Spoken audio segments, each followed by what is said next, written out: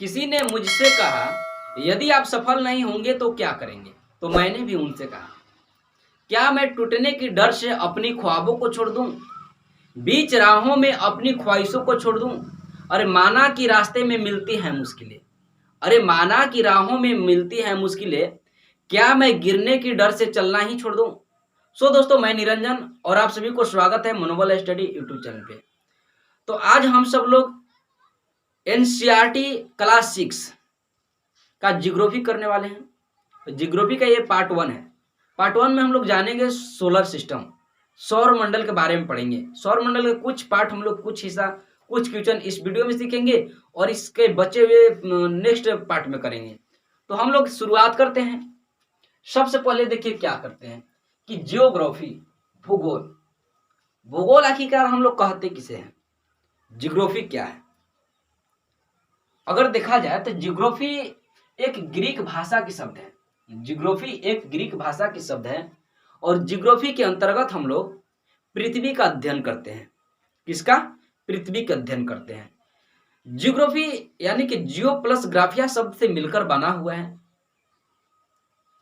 इसका सही मायने ये चीज है कि जियो का मतलब होता है पृथ्वी और ग्राफिया का मतलब होता है लिखना या मापना। जियो प्लस ग्राफी, इतना समझ में आ गया।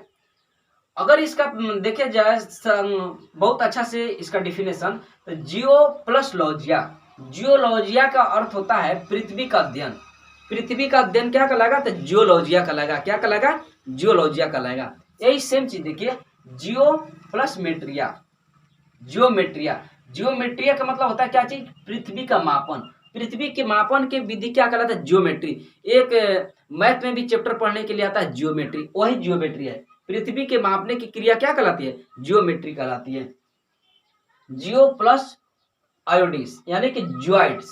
ज्वाइड्स मतलब होता है पृथ्वी के आकार। पृथ्वी के आकार क्या है? बहुत सारे लोग कहते हैं कि पृथ्वी गोला है, पृथ्वी अंडाकार है। अगर पृथ्वी के सही आकार के डिफिनेशन पढ़ा जाए तो क्या है? तो ज्वाइड है। पृथ्वी के आकार क्या है? ज्वाइड है। तो इतना समझ में आना चाहिए। आगे देखेंगे सौर मंडल। अगला क्वेश्चन है कि सौर मंडल। सौर मंडल हम लोग कहते किसके हैं, किसको हैं? तो सो दोस्तों ध्यान रखिएगा, सौर मंडल हम लोग कहते किसे हैं? तो आसमान में दिखाई देने वाले सभी ग्रह, उपग्रह, तारे, खगोलीय पिंड, क्षुद्र ग्रह, ना नक्षत्र मंडल, ये जितने भी चीज हैं सभी को हम लोग क्या कहेंगे? सौर मंडल कहेंगे। सौर मंडल में बहुत सारे समूह में रहते हैं, जैसे नक्षत्र मंडल हो गए, तारे हो गए, ग्रह हो गए, उपग्रह होंगे हो गए। ये सारे चीज के समूह को ही हम लोग क्या कहते हैं? सौर मंडल कहते हैं। सौर मंडल के मुखिया कौन होता है? तो सूर्य होता है। सौर मंडल का मुखिया सूर्य होता है। देखिए इसमें 8 ग्रह है, उपग्रह है, खगोलीय पिंड है, क्षुद्र ग्रह, उल्का पिंड, और मुखिया कौन होता है? सूर्य होता है। उसके बाद पढ़ना है पूर्णिमा। अगर देखा जाए तो हम लोग रहते हैं एक पृथ्वी ग्रह पर। ग्रह में हम लोग पढ़ेंगे, ग्रह में पृथ्वी है, एक अनोखा ग्रह है। तो ग्रह, पृथ्वी के उपग्रह होता है चंद्रमा। रात के समय में यानी कि रात के समय में चमकने वाली बहुत बड़ी साइज में एक शेप दिखाई देती है, उपग्रह दिखाई देती है, उसी को हम लोग कहते हैं चंद्रमा। क्या चंद्रमा पर डे एक समान दिखाई देती है? तो नहीं। जो चंद्रमा होता है 28 दिन को कलांश में, वो 15 दिन यानी कि 14 दिन घटते घटते बढ़ते बढ़ते इस तरह से दिखता है। यानी कि कुछ दिन थोड़ा दिखेगा, उससे बड़ा दिखेगा, उससे बड़ा दिखेगा, यानी कि 14वां दिन पूरी तरह से दिखाई देता है। ठीक है। अगर जिस दिन चांद पूरी तरह से दिखाई दे उसी रात को हम लोग कहते हैं पूर्णिमा। उसी रात को क्या कहते हैं? पूर्णिमा। यहाँ देखिए पूर्णिमा यानी कि पूर्ण चंद्रमा वाली रात ही क्या कहलाती है? पूर्णिमा कहलाती है। अमावस्या, नए चंद्रमा की रात, यानी कि जिस दिन चंद्रमा रात की शुरुआत हो उसको हम लोग क्या कहेंगे? अमावस्या कहेंगे। ठीक है। आगे देखिए खगोलीय पिंड हम लोग किसको कहेंगे? तो सूर्य, चंद्रमा, तारे तथा वे सभी वस्तुएं जो रात के समय आसमान में चमकती हुई प्रतीत होती है, वे सभी वस्तुओं को हम लोग क्या कहेंगे? खगोलीय पिंड कहेंगे। आगे हम लोग पढ़ेंगे कि पिंड क्या होता है, पिंड हम लोग किसे कहते हैं। तो खगोलीय पिंड अभी इतना ग्रुप समझ गए आप सभी लोग कि इसमें सूर्य होता है, चंद्रमा, तारे तथा वे सभी वस्तुएं जो रात के समय में आसमान में चमकती हैं, सभी को क्या कहेंगे? खगोलीय पिंड कहेंगे। उसके बाद देखिए दोस्तों क्या है कि तारा। तारा हम लोग कहेंगे किसको?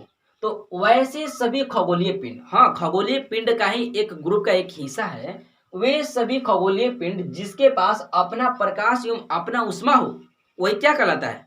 तारा कहलाता है। क्या पृथ्वी एक तारा है? तो नहीं, पृथ्वी एक तारा नहीं है, क्योंकि पृथ्वी के पास अपना ग्रह, अपना प्रकाश, अपना उष्मा नहीं है। ठीक है, ग्रह तारा समझ में आ गया। ग्रह देखिए, वैसे खगोलीय पिंड जिसके पास अपना कोई प्रकाश न कोई उष्मा हो, उसे हम लोग क्या कहेंगे? ग्रह कहेंगे। और एक बात याद रहे कि जो ग्रह होता है एक तारे के चारों तरफ घूमता है, यानी कि सूर्य के चारों तरफ घूमता है। सूर्य भी एक तारा है। आगे समझ में आएगा कि सूर्य के बारे में पढ़ेंगे, तो सूर्य भी एक तारा है। तो ग्रह समझ में आ गया। वैसे खगोलीय पिंड जिसके पास अपना प्रकाश एवं उष्मा नहीं हो और सूर्य के चारों तरफ परिक्रमा करता है, उसको क्या कहेंगे?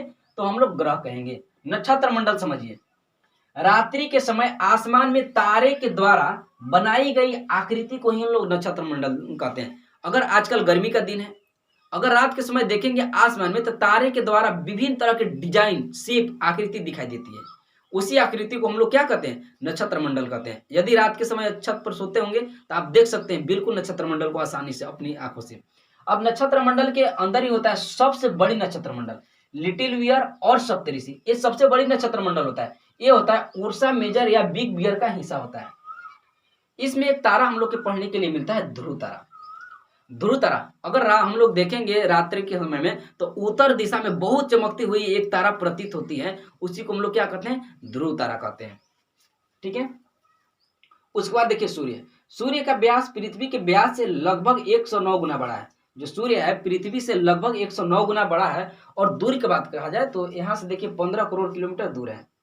अगर प्रकाश के बारे में बात किया जाए तो सूर्य का लगभग 2 अरबवां हिस्सा ही पृथ्वी तक पहुंच पाती है, और 48% हिस्सा, यानी कि 48% लाइट ही पृथ्वी तक पहुंच पाती है। जैसे सूर्य में, अगर सूर्य में देखा जाए तो मुख्य रूप से 2 गैस है, हाइड्रोजन और हीलियम के संयुक्त यानी कि गैस के मिश्रण से क्या बना है? सूर्य बना हुआ है। तो इतना आपको समझ में आना चाहिए। तो इसका नेक्स्ट पार्ट हम लोग करेंगे नेक्स्ट क्लास में, यानी कि ज्योग्राफी का पार्ट 2 होगा, जो कि एनसीईआरटी है।